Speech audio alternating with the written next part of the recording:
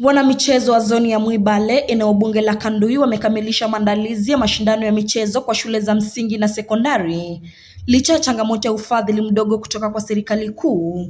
Katika taarifa kwa vyombo vya habari, mwenyekiti wa zoni hiyo Peter Unyasi ameelezea kuwa ukosefu wa fedha unaathiri maandalizi na ushiriki wa wanafunzi katika michezo hiyo, akitoa wito kwa serikali kuongeza mgao wa fedha ili kuimarisha maendeleo ya michezo shuleni. Changamoto ya fedha ambazo zinatumwa na serikali. Katika shule ya msingi tumeona kila mwanafunzi alipewa shilingi 10, alafu katika shule ya junior shilingi 50, ambayo imekuwa ni changamoto sana kupangia michezo hii ifaulu.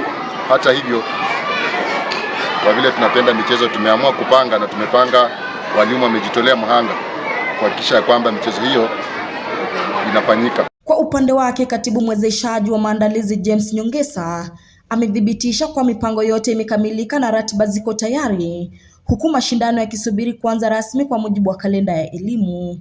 As the zonal organizing sector, we have managed to come up with the fixtures. In the near future, we are beginning our ball games. The clusters are beginning on 23rd to 24th before the break for halftime. Here we have been having a Zoom meeting to plan how we are supposed to execute the games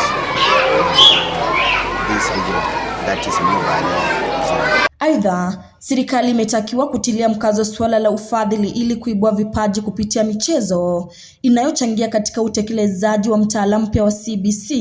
Kwa hivyo tunaomba serikali ikiwa inaweza ifadhili wanafunzi hawa ili yakikisha ya kwamba hii CBE inafaulu, kwa sababu kuna wanafunzi ambao ni wazuri sana katika michezo lakini hawapati fursa kwa sababu ya muda mfupi ambao tumepewa.